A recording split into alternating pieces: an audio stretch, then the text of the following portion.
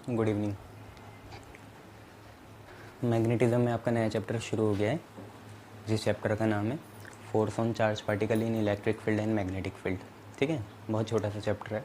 ठीक है, और इसमें हम शुरुआत करेंगे उस टॉपिक से कि जिसमें हमें पढ़ना पड़ेगा कि चार्ज पार्टिकल में हमें अलग अलग कंडीशंस होती हैं, और जब चार्ज पार्टिकल में अलग अलग कंडीशन हो, जैसे कि वो रेस्ट में हो या कांस्टेंट वेलोसिटी से मूव करे, दूसरी बात वो कैसे करे, पैरेलल आए, किसी एंगल बना के आए, या परपेंडिकुलर आए, या 180 में आए, है ना, कहाँ पे, किसी फील्ड के अंदर, जैसे इलेक्ट्रिक फील्ड और मैग्नेटिक फील्ड है, तो उसमें कैसा कैसा पाथ बनेगा, मतलब वो चार्ज पार्टिकल कैसा कैसा पाथ अपनाएगा, इसके बारे में हमें समझना है। ठीक है, तो हमारा पहला ही टॉपिक है, इसमें चैप्टर आप नोट कर लीजिए, force on a charge particle in electric field and magnetic field. ठीक है, और इसमें हम शुरू करने जा रहे हैं पहली कंडीशंस। ठीक है, तो हम पे टॉपिक है कि conditions on a charge particle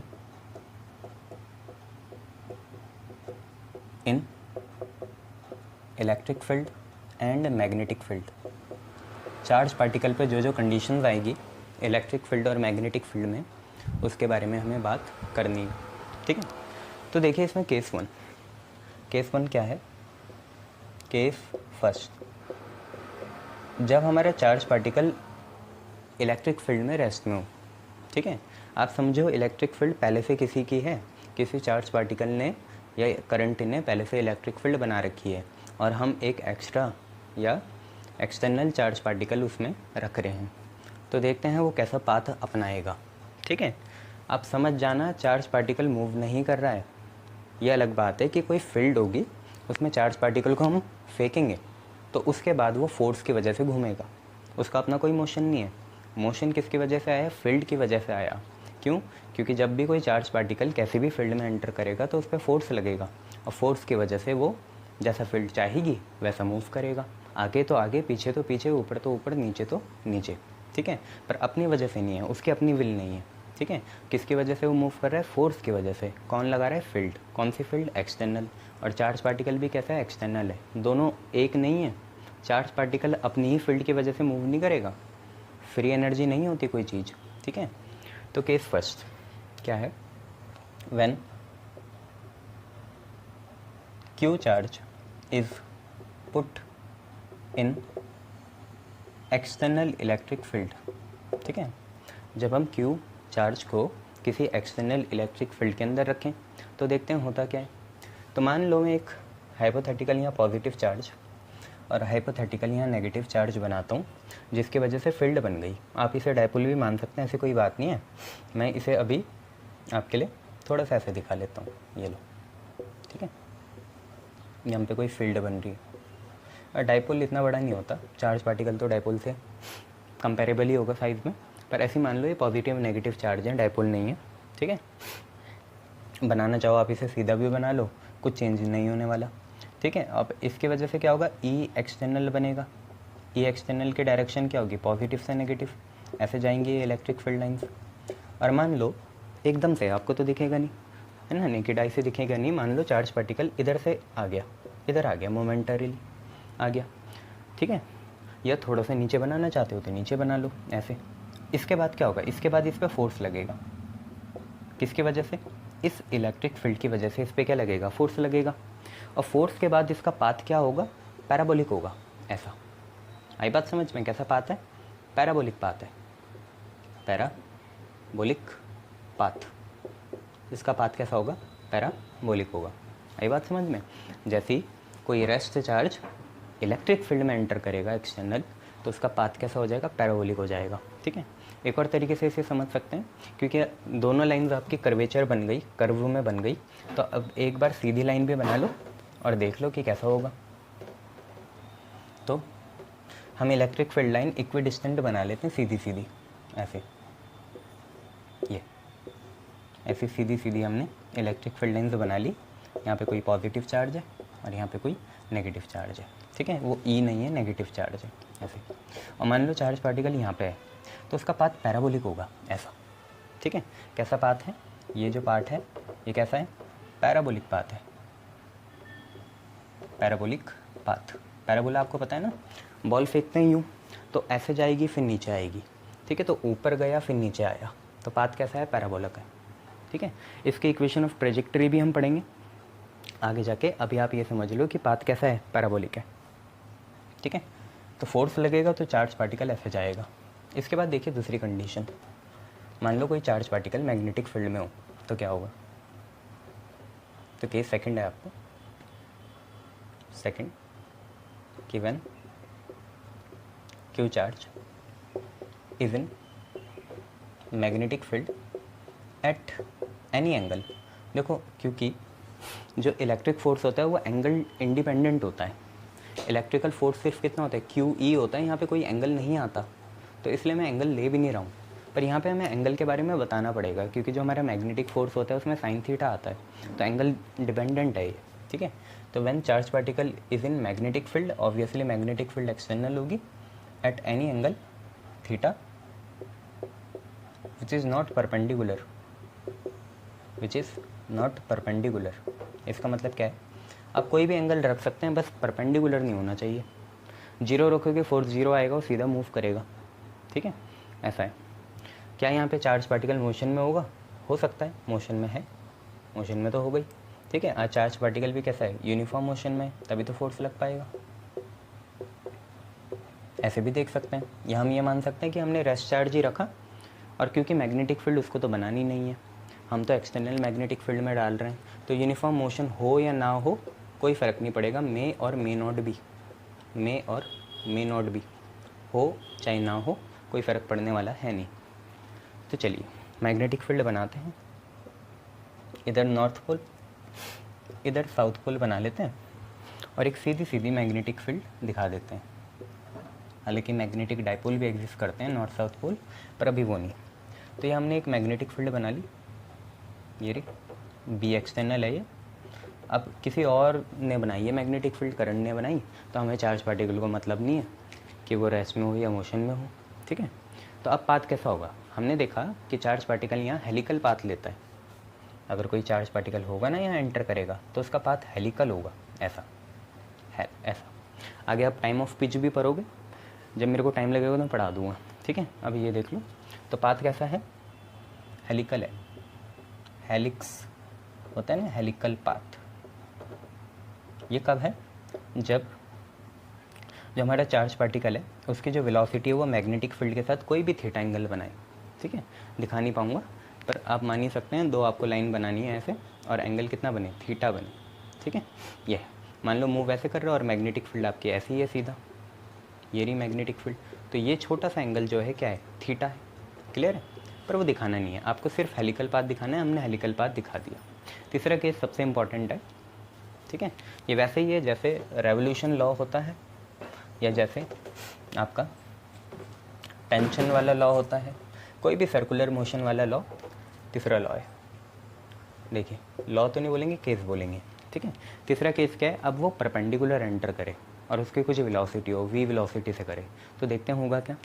तो when a charge particle q moving with uniform velocity v, ठीक है। समझ आना सिंबल से ही क्या क्या है, चार्ज पार्टिकल q है, वेलोसिटी आपकी v है, एंटर मैग्नेटिक फील्ड एक्सटर्नल, ठीक है, एक्सटर्नल है, और कैसे एंटर करे, परपेंडिकुलर, ठीक है। चार्ज पार्टिकल v वेलोसिटी से कैसे एंटर करे, परपेंडिकुलर। तो होगा क्या, तो सिंपल सी बात है, वो सर्कुलर पाथ बनाएगा। पहली बात तो क्या है, सर्कुलर पाथ बनाएगा वो। तो हमने मैग्नेटिक फील्ड लाइंस दिखा दी ऐसे, ये रही काफ़ी मैग्नेटिक फील्ड लाइंस हमने दिखा दी। किससे बनी है, नॉर्थ और साउथ पोल से बनी। अब क्या है, मान लो ये आपने हेडिंग देख ली कि चार्ज पार्टिकल v वेलोसिटी से मूव कर रहा है और मैग्नेटिक फील्ड में परपेंडिकुलर ही एंटर कर रहा है। इसे मिटाया, ये रहा वो चार्ज पार्टिकल और ये नीचे क्यों, ठीक है। मैग्नेटिक फील्ड आपकी ऐसी बनेगी, सीधी दिख रही है पैरेलल, ठीक है। तो ये जो चार्ज पार्टिकल है ये v वेलोसिटी से मैग्नेटिक फील्ड के साथ कितना एंगल बना रहा है, 90 डिग्री एंगल बना रहे हैं, मतलब परपेंडिकुलर है। ठीक है, तो होगा क्या, जैसे ये मैग्नेटिक फील्ड के अंदर आएगा तो ये सर्कुलर पाथ बना देगा। कैसा पाथ बनाएगा, सर्कुलर पाथ, ये होगा सर्कुलर पाथ। और आपको पता है जब भी सर्कुलर मोशन होता है तो सेंट्रीपिटल फोर्स आता है। सेंट्रीपिटल फोर्स कोई नया फोर्स तो होता नहीं है, पुराना ही फोर्स सेंट्रीपिटल बन जाता है।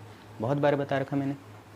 जैसे प्लैनेट्स सन के अराउंड रिवॉल्व करते हैं तो क्यों करते हैं, उनके बीच में ग्रेविटेशनल फोर्स है जो हमेशा अट्रैक्टिव होता है, पर वो ग्रेविटेशनल फोर्स ही सर्कुलर कंडीशन में क्या बन गया, सेंट्रीपिटल बन गया। रस्सी में पत्थर लगाया, घुमाया, अब टेंशन जो है रस्सी में वही सर्कुलर मोशन की वजह से क्या बन गई, सेंट्रीपिटल बन गई। ऐसे ही यहाँ पे जैसी मैग्नेटिक फील्ड में कोई चार्ज पार्टिकल जिसकी कुछ वेलोसिटी हो वो एंटर करेगा तो उस पर मैग्नेटिक फोर्स लगेगा, वही मैग्नेटिक फोर्स क्या बन गया, आपका सर्कुलर मोशन का सेंट्रीपिटल फोर्स बन गया। जो चार्ज पार्टिकल v वेलोसिटी से मूव कर रहा है उसमें कुछ मैग्नेटिक फील्ड की वजह से फोर्स लगेगा, वही फोर्स क्या बन गया आपका, आज सर्कुलर मोशन में उसे मूव करना है तो क्या बन गया, सेंट्रीपिटल फोर्स। ठीक है, तो थोड़ी सी चीज़ हम यहीं लिख लेते हैं, ये सारी बातें आपको पता चल गई। आपको पता है सेंट्रीपिटल फोर्स बनेगा, तो तीसरी कंडीशन में आप लोग क्या लिखोगे, तीसरी कंडीशन में आप ऐसा लिखोगे कि the centripetal force for revolution या circular motion is provided by magnetism या is provided by magnetic force. Magnetic force, जो मैग्नेटिक फोर्स लगेगा चार्ज पार्टिकल में वही हमारा सेंट्रीपिटल फोर्स भी प्रोवाइड कर देगा। तो सिंपल सी बात है, फोर्स ऑफ सेंट्रीपिटल सी, सेंट्रीपिटल सी हो गया और ये बराबर होगा फोर्स ऑफ मैग्नेटिज्म जो कि बी है। ठीक है, सेंट्रीपिटल सी हो गया, मैग्नेटिज्म बी हो गया। सेंट्रीपिटल फोर्स का हमेशा फॉर्मूला होता है mv²/r। सेंट्रीपिटल फोर्स का हमेशा ये फॉर्मूला होता है mv²/r। मैग्नेटिक फोर्स हमने पढ़ा था qv×b होता है, qv×b होता है। क्रॉस को खोलेंगे तो साइन आएगा और थीटा एंगल आपको बताइए 90 बना क्योंकि परपेंडिकुलरली एंटर कर रहा है, तो हम लिखेंगे qvb sin 90। और क्योंकि sin 90 1 होता है तो हमारी आइडियल कंडीशन आई mv²/r बराबर कितने के, qv×b के, ये आई mv²/r बराबर कितने के, qvb के। अब ये बहुत जगह यूज़ होगी, जैसे वेलोसिटी सिलेक्टर में इसी का स्पेशल केस लगेगा। आगे आप साइक्लोट्रॉन के बारे में पढ़ोगे जिसमें हम हैवी चार्ज पार्टिकल को मूव कराते हैं, तो वहाँ पे भी यही प्रिंसिपल लगता है किसी आइडल केस में। ठीक है, तो वही देखना है। तो अभी तो ये आपने 3 कंडीशन देख ली कि चार्ज पार्टिकल जब इलेक्ट्रिक फील्ड में आ जाता है तो उसका पाथ कैसा होता है, पैराबोलिक। अगर any other angle theta other than 90 degree किसी मैग्नेटिक फील्ड में चार्ज पार्टिकल एंटर करता है तो वो हेलिकल पाथ अपनाता है, और अगर परपेंडिकुलरली एंटर करे तो सर्कुलर पाथ होता है। ठीक है, तो ये 3 कंडीशन आप लोगों ने समझी। इसके बाद अब जो हम पढ़ना चाहेंगे वो हम ये देखेंगे कि ऐसे भी तो कोई फील्ड होती होगी, जैसे ये हमारा रियल वर्ल्ड है, इसमें जो स्पेस होता है चारों तरफ का यूनिवर्स में, उसमें तो दोनों एक साथ एग्जिस्ट करती हैं, इलेक्ट्रिक फील्ड भी और मैग्नेटिक फील्ड भी, दोनों को एग्जिस्ट करती हैं एक ही साथ। तो तब किसी चार्ज पार्टिकल पे कितना फोर्स लगेगा, क्योंकि तब उस चार्ज पार्टिकल पे इलेक्ट्रिक फील्ड की वजह से भी फोर्स लगेगा और मैग्नेटिक फील्ड की भी वजह से क्या लगेगा, फोर्स लगेगा। तो दोनों के फोर्स हमें चेक करने हैं, या टोटल फोर्स जो आपका आया वो चेक करना है, तो उसे हम बोलते हैं लॉरेंज फोर्स। ठीक है, तो आपकी नई हेडिंग आएगी Lorentz force, LORRENTZ, Lorentz force. मान लो ये आपका 3 डायमेंशनल वर्ल्ड है, तो इसमें क्या है, इसमें मान लो ये एक मैंने रेक्टेंगुलर एक्सिस सिस्टम बनाया, 3 डायमेंशनल x, y और z। मान लो x एक्सिस में आपकी इलेक्ट्रिक फील्ड है, y एक्सिस में आपकी मैग्नेटिक फील्ड है, और मान लो चार्ज का मोशन इनके परपेंडिकुलर हो रहा है। वैसे तो मूव इधर भी कर सकते हैं इधर भी कर सकते हैं, अभी मैं ऐसा मान लेता हूँ कि चार्ज का मोशन यहाँ हो रहा है। ठीक है, हालांकि ये बाद में इलेक्ट्रोमैग्नेटिक वेव बन जाती है चार्ज पार्टिकल जब एक्सेलरेट करता है, पर अभी के लिए ऐसे ही मान लो। तो देखिए लॉरेंज फोर्स क्या है, Lorentz force is the effective force या नेट फोर्स, इफेक्टिव या net force on a charge particle in Lorentz field. अब ये भी पता करना है लॉरेंस फील्ड्स क्या होती है, ठीक है। तो लॉरेंस फील्ड्स के बारे में भी पता करते हैं। लॉरेंस फील्ड बहुत तरह की होती है। देखिए आपके केस में क्या है, लॉरेंस फील्ड आपके केस में ऐसी तरह की फील्ड है जहाँ पे इलेक्ट्रिक फील्ड और मैग्नेटिक फील्ड एक साथ एग्जिस्ट करें और दोनों एक दूसरे के क्या हो, परपेंडिकुलर हो। जैसे देखिए इलेक्ट्रिक फील्ड आपकी एक्स एक्सिस में और मैग्नेटिक फील्ड आपकी वाई एक्सिस में। एक्स और वाई के बीच में चाहे कहीं भी आप सिस्टम बनाओगे 90 डिग्री तो हो गई। तो यहाँ पे इलेक्ट्रिक फील्ड और मैग्नेटिक फील्ड कैसी है, परपेंडिकुलर है, ठीक है। तो लॉरेंस फील्ड ये है आपके लिए। आगे जाओगे, आगे वाली क्लास में इसका डिफरेंशियल ऑपरेटर भी आता है, आगे जाके देखेंगे वो। तो देखें Lorentz field is the field space where electric field, चलो इलेक्ट्रिक फील्ड को x लिख देना है ना, x एक्सिस में, एंड मैग्नेटिक फील्ड उसको y लिख देना, y में है। को एग्जिस्ट, ये दोनों एक साथ एग्जिस्ट करते हैं, ये पूरा वर्ल्ड बनाती है इलेक्ट्रिक फील्ड और मैग्नेटिक फील्ड। इन्हीं के डिस्टर्बेंस की वजह से लाइट बनती है। Light perceive us to see everything around us, ये बात है। तो it is the field space where electric field and magnetic field coexist and are mutually perpendicular. या सिर्फ परपेंडिकुलर लिख लोगे तो बात भी बन जाएगी, क्योंकि दो ही हैं। म्यूचुअली होता है जब जेड भी ले लेते हैं, ठीक है। तो आपको समझ में आया लॉरेंस फोर्स क्या है, एक ऐसे तरह का फोर्स है जो किसी चार्ज पार्टिकल पे लगेगा, सिंपल सी बात। कहाँ, लॉरेंस फील्ड में। और लॉरेंस फील्ड क्या है, ऐसी फील्ड जहाँ पे इलेक्ट्रिक फील्ड और मैग्नेटिक फील्ड दोनों एक साथ क्या करें, एग्जिस्ट करें, ठीक है। चलिए तो आगे बढ़ते हैं, लॉरेंस फोर्स की ही कंडीशन देखते हैं, एक्सप्रेशन निकालते हैं और आगे बढ़ते हैं, ठीक है। चलिए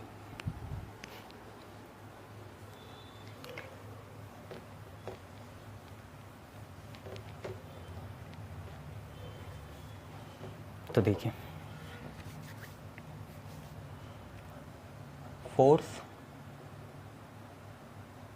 ठीक है, या टोटल फोर्स देखते हैं।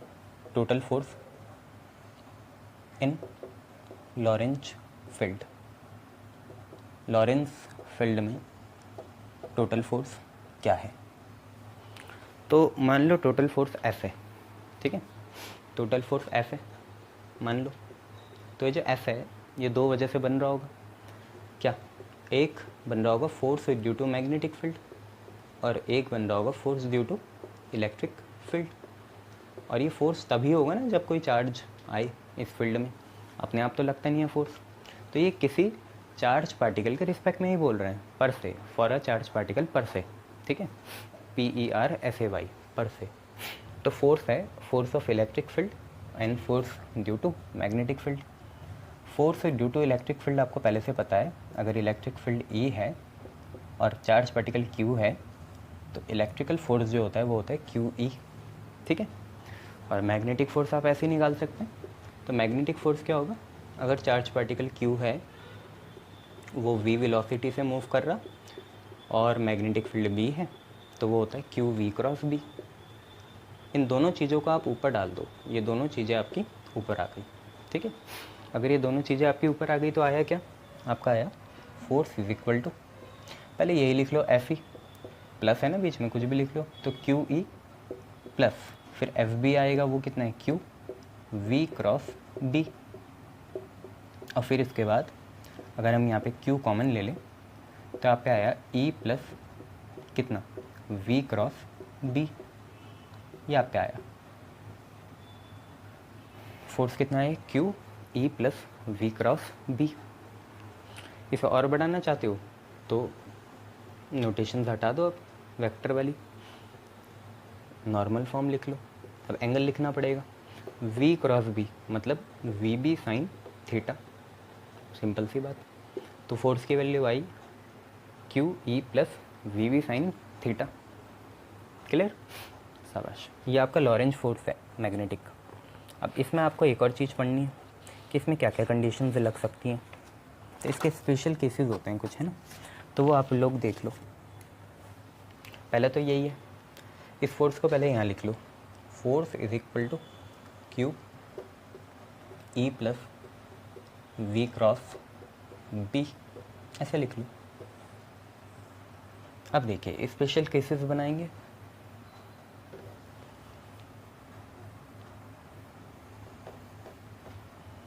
तो इसके स्पेशल केसेस लिखते हैं। स्पेशल केसेस क्या है? पहले तो ये है कि वी, ई और बी कोलिनियर हो जाएं, एक ही लाइन में लाई करें, एक ही एक्सिस में, या तो एक्स में ही करें, या तो वाई में करें, या तो जेड में करें, तीनों कोलिनियर हो। ठीक है, तो when E V and B are collinear, जब ये तीनों ही कोलिनियर हो तब क्या होगा?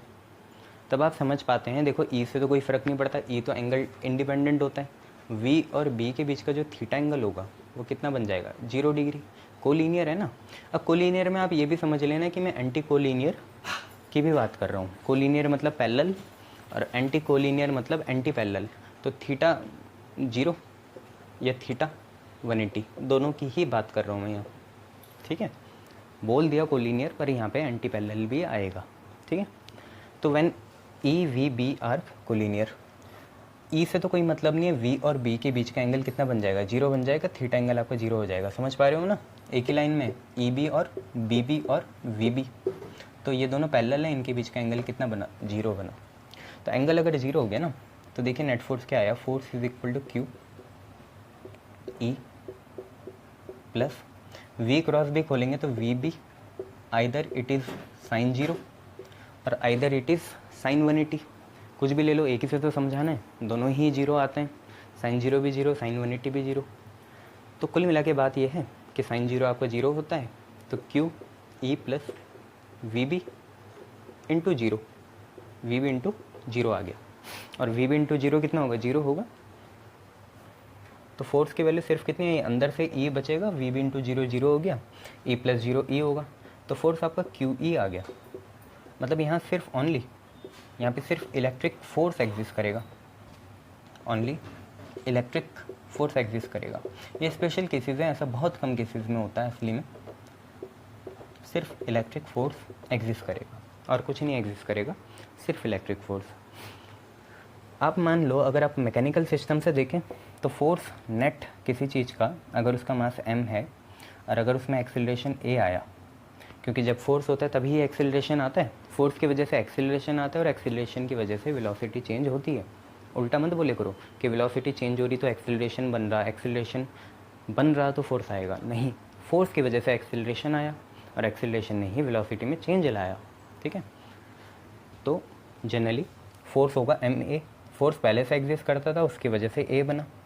तो किसी चार्ज पार्टिकल में मास अगर m है और एक्सेलरेशन a है तो उसमें कुछ भी ज़मीन आसमान एक हो जाए, फोर्स तो ma होगा चाहे कोई भी कंडीशन हो। पर इस साइड कंडीशन क्या है? QE है। तो यहाँ से आप देख सकते हैं एक्सेलरेशन की वैल्यू क्या आई? QE/m। और यही आप समझ सकते हैं, हम इलेक्ट्रोस्टैटिक में एक क्वेश्चन करते थे कि एक चार्ज पार्टिकल सस्पेंडेड है, एक चार्ज पार्टिकल का मास m है और वो सस्पेंडेड है इलेक्ट्रिक फील्ड में। क्यों है? क्योंकि वहाँ इक्विलिब्रियम लगाते थे और हम इलेक्ट्रिकल फोर्स को वेट के बराबर रख देते थे, mg आता था वहाँ, यहाँ ma आ रहा। तो वहाँ पे ऐसा नहीं है कि वहाँ मैग्नेटिक फील्ड नहीं होगी, वहाँ मैग्नेटिक फील्ड भी हो सकती है। करना क्या है? कंडीशन ही तो बदलनी है, चार्ज को मूव कराना है। वहाँ मैग्नेटिक फील्ड भी हो सकती है, पर मैग्नेटिक फील्ड क्लोज टू 0 मतलब नेग्लिजिबल होती है, इसलिए उसका जो मैग्नेटिक फोर्स आएगा वो हम लेते नहीं हैं। ठीक है, तो बस ये आता है। तो एक्सेलरेशन की वैल्यू आ गई QE/m। यहाँ से आपको ये पता चला एक्सेलरेशन डायरेक्टली प्रोपोर्शनल होगा इलेक्ट्रिक फील्ड के। ठीक है, मास और चार्ज किसी चार्ज पार्टिकल के लिए, चाहे वो आप कहीं से भी ऑब्जर्व करो, सेम ही होगा। जैसे आप अल्फ़ा पार्टिकल ले लो या इलेक्ट्रॉन ले लो, सेम ही होगा। ठीक है, चलिए दूसरा केस देखते हैं। ये तो कोलिनियर हो गई। अब देखते हैं म्यूचुअली परपेंडिकुलर। म्यूचुअली परपेंडिकुलर ये केस देखते हैं। चलो तो देखो, इसे समझाने की कोशिश करूँगा आपको। तो when V E and B are mutually perpendicular. V E और बी आपके कैसे हैं, म्यूचुअली परपेंडिकुलर है। इसका मतलब वही पुरानी बात, इलेक्ट्रिक फील्ड आपकी एक्स एक्सिस में, हमेशा ये एक्स नहीं होता, वाई भी हो सकता है ना। मैग्नेटिक फील्ड यहाँ मान लो और वी वेलोसिटी से चार्ज पार्टिकल इस डायरेक्शन में मूव कर रहे हैं, तीनों के बीच में 90 डिग्री है, ठीक है। म्यूचुअली परपेंडिकुलर यही होता है। ई और बी के बीच में भी 90 है, ई और वी के बीच में भी, और बी और वी के बीच में भी क्या है, 90 है। अब इसमें होगा क्या, देखो इसे वेक्टर नोटेशन से ही समझो। मान लो ये ऐसा है ना, तो इसको ऊपर पलटो, ऐसे ऊपर की साइड पलटो, ऐसे पलटो पलटो पलटो, पलट दिया तो होगा क्या, डायरेक्शन अपोजिट हो जाएगी, मैग्नीट्यूड तो इतना ही रहेगा।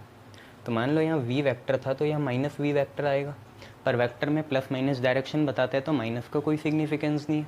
तो बस आप ऐसा समझ लो वी है, उसकी मिरर इमेज ऊपर है, आएगा तो वैसे माइनस, पर माइनस का वेक्टर में कोई नोटेशन नहीं होता।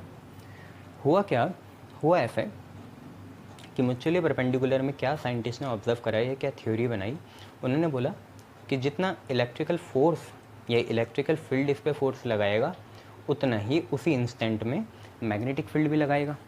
तो मान लो यहाँ पहुँच गया चार्ज पार्टिकल, तो यहाँ पे इसलिए पहुँचा क्योंकि यहाँ पे जितना इलेक्ट्रिकल फील्ड ने फोर्स लगाया उतना ही मैग्नेटिक फील्ड ने भी क्या लगाया, फोर्स लगाया। तो ना वो ऊपर डेविएट हो पाया, ना वो नीचे डेविएट हो पाया। देखो मैग्नेटिक फील्ड फोर्स लगाती ऐसे जाता, इलेक्ट्रिक फील्ड फोर्स लगाती ऐसे जाता, जस्ट सेइंग, ठीक है, जस्ट सेइंग ऐसे जाता, पर सीधा जा रहा है, सीधा जा रहा है। इसका मतलब क्या है, सीधा जा रहा है इसका मतलब ये है कि दोनों फोर्स अभी बराबर है, इलेक्ट्रिकल फोर्स भी बराबर है और मैग्नेटिक फोर्स भी बराबर है। थोड़ा और पहुँच गया तब भी सेम ही आई, सीधी लाइन आ रही है हर समय, लीनियर लाइन। इसका मतलब क्या है कि दोनों फोर्स इक्वल काम कर रहे हैं। जितना फोर्स इलेक्ट्रिक फील्ड इस चार्ज पार्टिकल पे लगा रही है उतना ही फोर्स मैग्नेटिक फील्ड भी इस चार्ज पार्टिकल पे लगा रही है। और ऐसे लगा रही है, देखो दोनों का काम अपोजिट है, दोनों एक दूसरे को अपोज कर रहे हैं। ये चाह रहा है इलेक्ट्रिक फील्ड कि मैं चार्ज को ऊपर भेज दूँ, और मैग्नेटिक फील्ड चाह रहा है कि मैं उसे नीचे भेज दूँ। दोनों एक दूसरे के अपोजिट काम कर रहे हैं। सपोर्ट में करते तो क्या होता है, ये दोनों ही इसे ऊपर भेजना चाहते हैं ऐसे भागता, ये दोनों ही इसे नीचे भेजना चाह रहे हैं ऐसे जाता, ऐसे नहीं जा रहा है, ऐसे ऐसे जा रहा है, मतलब दोनों अपोजिट काम कर रहे हैं। इसका मतलब सिंपल सी बात यह है कि नेट फोर्स यहाँ 0 आना चाहिए, और ये फिर फ्री स्पेस में मूव करेगा। यहीं से लाइट की पहचान निकलती है। ये ओरिएंटेड ऐसे होते हैं इलेक्ट्रिक मैग्नेटिक फील्ड कि ये लाइट को जन्म देते हैं। चार्ज एक्सेलरेट करता है, लाइट को जन्म देता है, फ्री स्पेस में मूव करता है, ठीक है। यह सर फ्री स्पेस में एक्सेलरेशन होगा नहीं होगा, या कांस्टेंट वेलोसिटी से चीज़ें मूव करेंगी, नहीं। फ्री स्पेस में ऐसा है कि मान लो अगर आपने यूं भी करा, किसी एस्टेरॉइड को भी यूं भी करा, तो वो उसी फोर्स से पूरी ज़िंदगी मूव करता रहेगा जब तक कुछ करो ना आप। या एक बॉल है, उसे पुश कर दिया फुटबॉल को, तो वो मूव करेगी उतनी स्पीड से, कांस्टेंट एक्सेलरेशन रहेगा उसमें जब तक उसे कोई डैम्प ना करे। यहाँ पे क्यों मोशन रुक जाता है, फ्रिक्शन की वजह से, एयर की वजह से, इन सब चीज़ों की वजह से वहाँ नहीं रुक पाता, वहाँ कोई रोकने वाला ही नहीं है, ठीक है। तो कुल मिला के बात यह है कि टोटल लॉरेंज फोर्स जो होगा 0 होगा, और फ्री स्पेस में चार्ज मूव करेगा।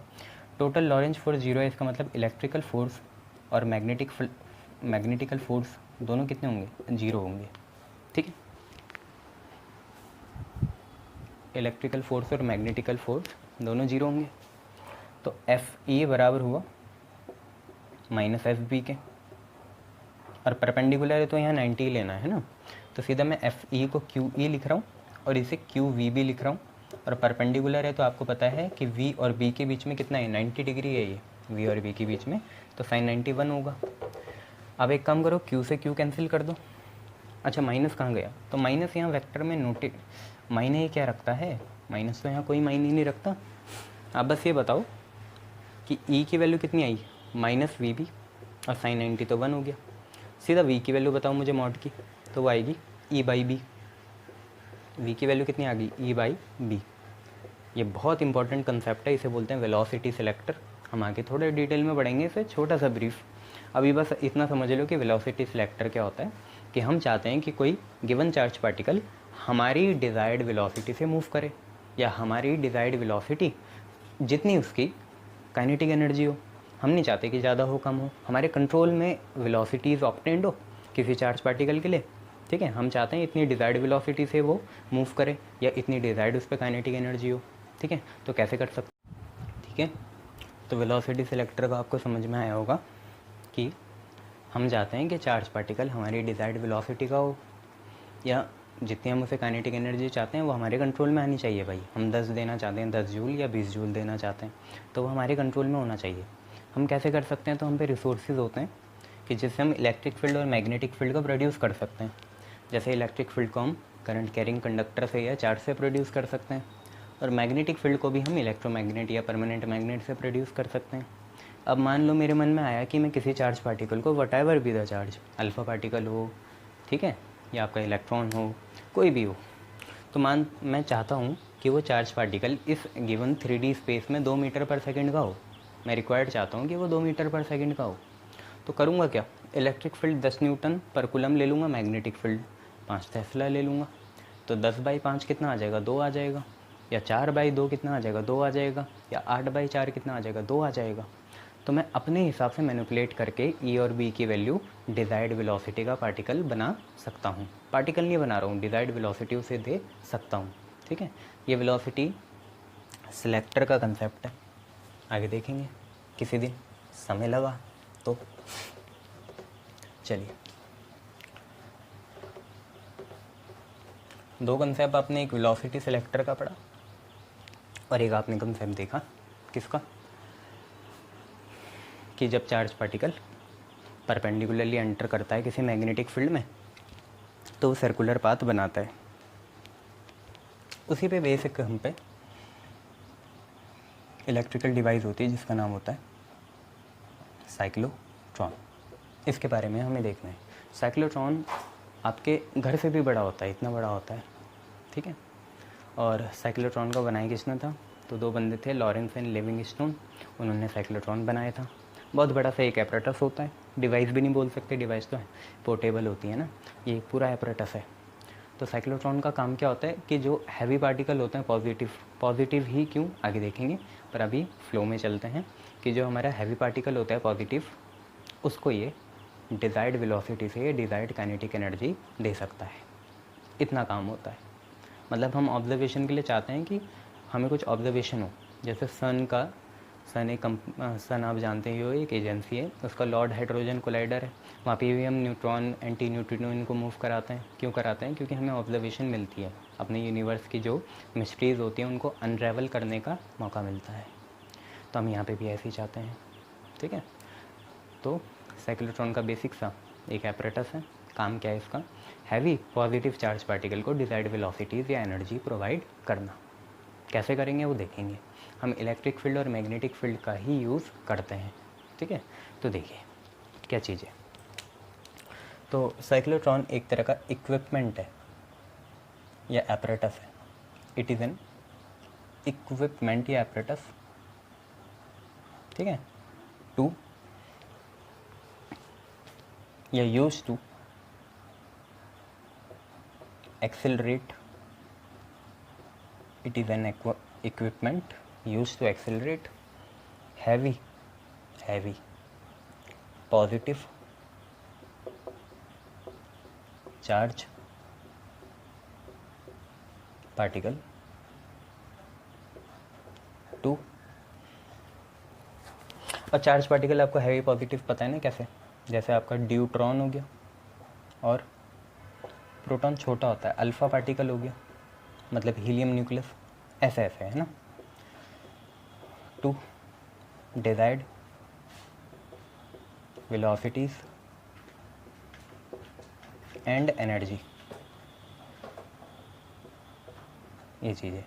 ठीक है, एक तरह का इक्विपमेंट है जिसमें हम क्या करते हैं, हैवी पॉजिटिव चार्ज पार्टिकल जैसे ड्यूट्रॉन अल्फ़ा पार्टिकल होता है उसको डिज़ायर्ड वेलोसिटी या एनर्जी दे पाते हैं। कैसे देते हैं? जिसका आपको एक बार डायग्राम देखना पड़ेगा। तो हमने क्या करा, यहीं पे देखा, एक बड़ा सा यहाँ पे नॉर्थ पोल बनाया, ठीक है, और यहाँ पे साउथ पोल बनाया। ऊपर नॉर्थ हो गया, नीचे साउथ हो गया, नॉर्थ से साउथ ही जाती हैं चीज़ें, इसलिए ये नॉर्थ और ये आपका साउथ हो गया। डायग्राम इसके तरह तरह के होते हैं, कैसे भी बना लो, ठीक है। अब बीच में हमने ना ड्रम्स होते हैं ना, जैसे उन ड्रम होता है ना, ड्रम को बीच से काटा, तो अब कैसी शेप आएगी उसकी, ऐसे आएगी, ये हॉलो है ना अंदर से, तो इन्हें डीज बोलते हैं, DEES। तो 2 हमने डीज लगाई बीच में यहाँ पे,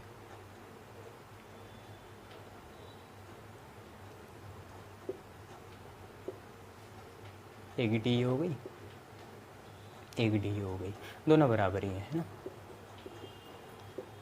ये उनका हॉलो चैम्बर है, ऐसा।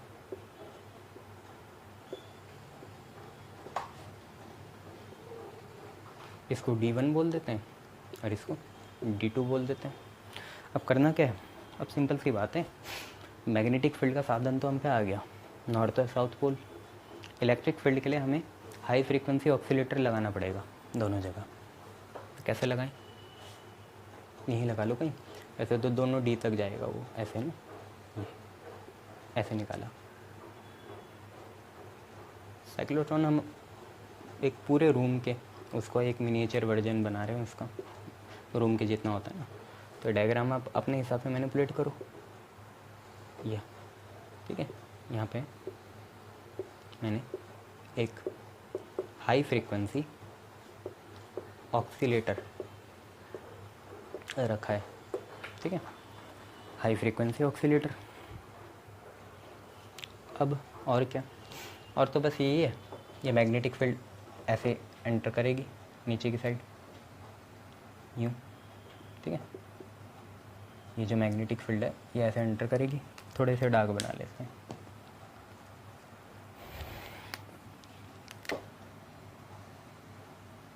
ऐसे ऐसे, ठीक है, ये। और बस बाकी क्या है, इसमें बन तो गया सारा। और अगर बनाना है तो यहाँ छोटी सी W नाम की विंडो बना लो, ये आपकी विंडो है, ठीक है, छोटी सी विंडो।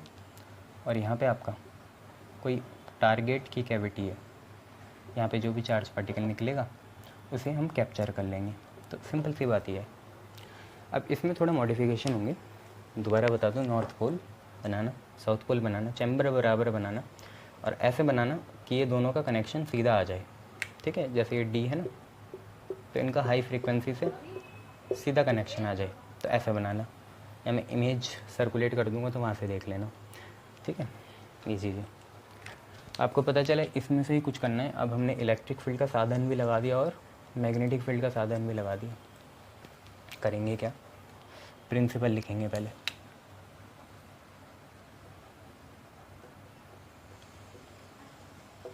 प्रिंसिपल देखो, साइक्लोट्रॉन की वर्किंग इस चीज़ पे बेस है कि हम किसी भी हैवी चार्ज पार्टिकल को एक्सेलरेट करा सकते हैं, ठीक है, कितनी भी सफिशेंट हाई एनर्जी से।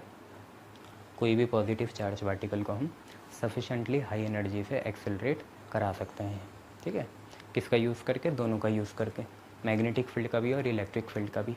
कैसे होता है देखो, मैग्नेटिक फील्ड तो परमानेंट मैग्नेट की वजह से क्या है, फिक्स है। इलेक्ट्रिक फील्ड को हम ऑक्सीलेट करा सकते हैं क्योंकि हमारा जो AC सप्लाई है वो कम ज़्यादा हो सकती है, तो यहाँ से हम उसे ऑक्सीलेट करा सकते हैं, ठीक है। इन दोनों के यूज़ से हम किसी भी चार्ज पार्टिकल को डिजायर्ड वेलोसिटी दे सकते हैं। तो देखो प्रिंसिपल क्या है कि working of cyclotron is, principle में ही आएगा, is based upon the fact that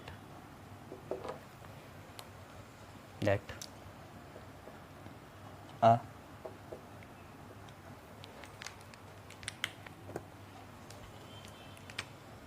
positively charged particle can be accelerated to sufficiently high energy. इतनी भी नहीं होनी चाहिए कि आपको दिखे ही ना कि कब वो टारगेट से भी पार हो गया, ठीक है। Can be accelerated to sufficiently high energy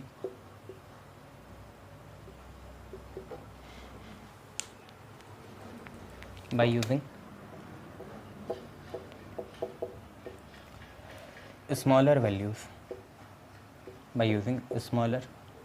values of oscillating electric field. वैसे तो एसी आपका ऑक्सीलेट करेगा, कभी 10 वोल्ट होगा, कभी 20 वोल्ट होगा, उसके वजह से लीनियर रिलेशन की वजह से इलेक्ट्रिक फील्ड भी ऑक्सीलेट कर जाएगी। ठीक है, छोटी छोटी वैल्यू डालेंगे बीच में, क्योंकि चार्ज पार्टिकल हमारे रिस्पेक्ट में तो बहुत कम है, उन्हें मिली वोल्ट माइक्रो वोल्ट की ज़रूरत है, तो ज़्यादा भी नहीं रख सकते। ठीक है, तो working of cyclotron is based upon the fact that a positively charge particle can be accelerated to sufficiently high energy by using smaller values of oscillating electric field, and जो कांस्टेंट है उसमें बार बार उसे पार कराएंगे ऐसे, and making it cross the constant magnetic field again and again। कब तक? जब तक ये ड्रम जो है इसके जितना हमारा पाथ ना बन जाए, या बड़ा, इतना बड़ा रेडियस ना हो जाए। अगेन एंड अगेन, ये बात है। ठीक है,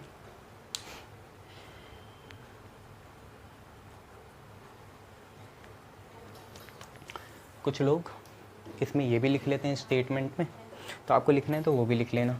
तो मैं इसे 2 वे में बना लेता हूँ, है ना।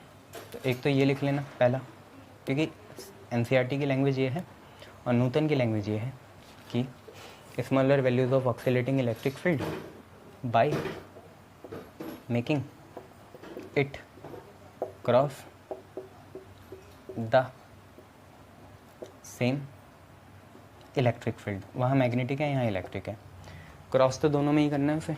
ठीक है, तो by making it cross the same electric field again and again, again and again with help of strong magnetic field। Strong magnetic field की हेल्प से हम ये कर सकते हैं। ठीक है, ये बातें। चलिए और देखिए क्या है। तो अब आप पहले समझ लेना, फिर हम क्या करेंगे, इसकी वर्किंग देखेंगे और थ्योरी देखेंगे। पहले समझ लो, मान लो यहाँ पे एक छोटा सा सोर्स है जिससे वो चार्ज पार्टिकल निकला। ठीक है, और देखो ये एसी सप्लाई है, तो एसी सप्लाई में क्या होता है, कंप्लीट हाफ साइकिल। जैसे डीसी सप्लाई में तो ऐसा है कि फॉर द होल जर्नी अगर कोई पॉजिटिव है तो वो पॉजिटिव ही रहेगा और जो नेगेटिव है वो नेगेटिव ही रहेगा। पर एसी में नहीं होता। एसी में क्या होता है कि जो पहले हाफ साइकिल में पॉजिटिव है वो दूसरे हाफ साइकिल में नेगेटिव बन जाता है, और जो दूसरे हाफ साइकिल में नेगेटिव है वो पहले हाफ साइकिल में क्या बन जाता है, पॉजिटिव। ठीक है, क्योंकि यहाँ फ्रिक्वेंसी होती है, फ्रिक्वेंसी में ये चेंज हो जाती है इनकी पोलैरिटी, पॉजिटिव नेगेटिव बन जाएगा, नेगेटिव पॉजिटिव बन जाता है। ठीक है, तो मान लिया कि यहाँ पे क्या है, एक सोर्स ने कोई चार्ज पार्टिकल निकाला, लेटर से अल्फ़ा पार्टिकल निकाला, और उस समय देखो अल्फ़ा पार्टिकल की वजह से मान लो D1 जो है पोलैरिटी की वजह से D1 पहली हाफ साइकिल में नेगेटिव है और D2 क्या है, पॉजिटिव है, ऐसा मान लिया। ठीक है, कि D1 क्या है, नेगेटिव है, और D2 क्या है, पॉजिटिव है। अल्फ़ा पार्टिकल हमारा खुद कैसा होता है, पॉजिटिव होता है, तो वो किस तरफ अट्रैक्ट होगा, पॉजिटिव की तरफ या नेगेटिव की तरफ। अल्फ़ा पार्टिकल खुद पॉजिटिव है तो वो नेगेटिव की तरफ अट्रैक्ट होगा।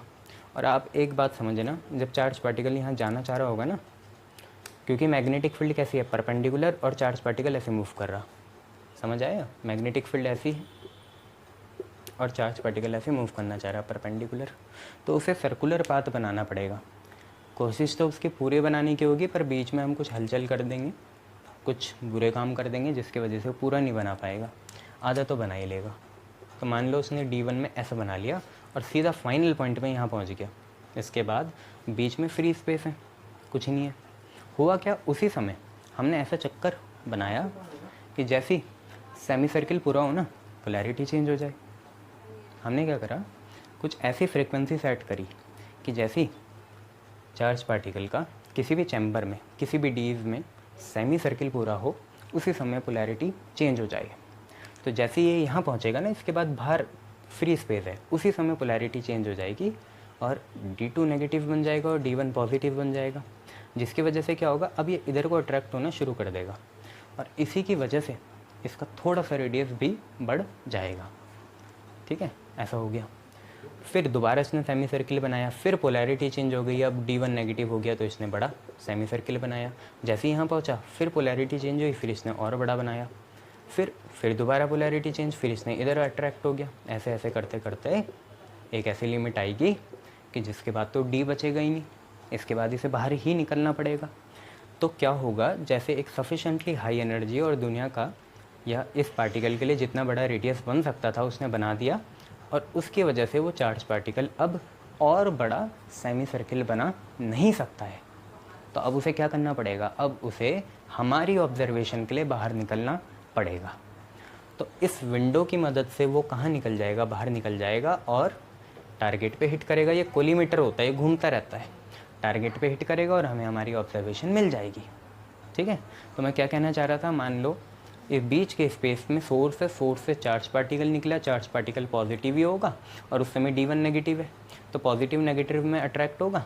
कोशिश तो चार्ज पार्टिकल की, क्योंकि मैग्नेटिक फील्ड और मोशन के बीच में, मैग्नेटिक फील्ड और वेलोसिटी के बीच में परपेंडिकुलर है, तो सर्कुलर पाथ ही बनाने की उसकी इच्छा होगी, तमन्ना होगी, पर वो बना नहीं पाएगा।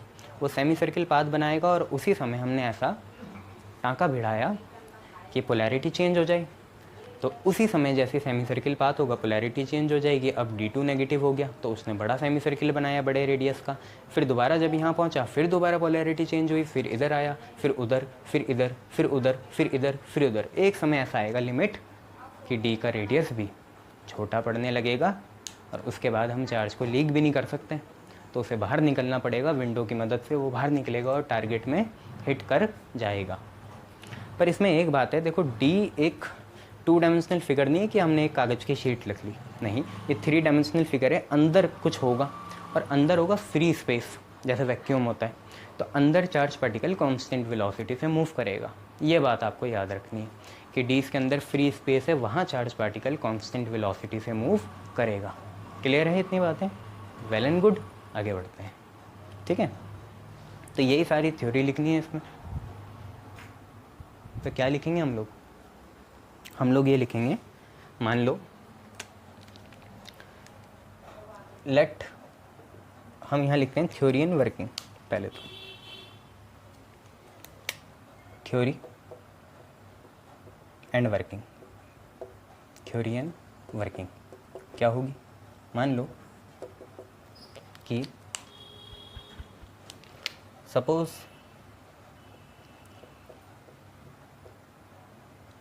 a charge particle, suppose a charge particle emitted from a source, और सोर्स आपको पता ही है बीच में है D के, ये जो खाली स्पेस है, emitted from a source। अब मान लेते हैं at any instant, किसी समय at any instant से मान लिया T में। इंस्टेंट बहुत छोटा होता है, इसी छोटे समय में वो सेमी सर्किल भी पूरा कर देगा।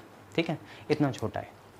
तो एट एनी इंस्टेंट T से D1 जो है नेगेटिव है और D2 जो है पॉजिटिव है, ऐसा मान लिया।